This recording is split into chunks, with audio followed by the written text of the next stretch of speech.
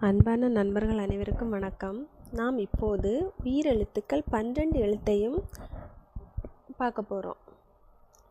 ஆ, ஆ, இ, ஈ, உ, ஊ, ஏ, ஏ, ஐ, ஓ, ஓ, ஔ.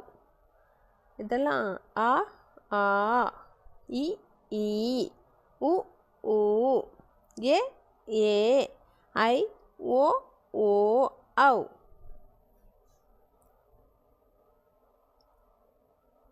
ஆ,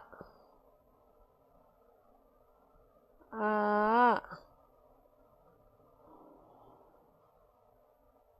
இ, ஈ, உ, ஊ, ஏ, ஏ, ஐ,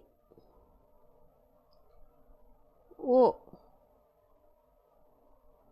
ஓ,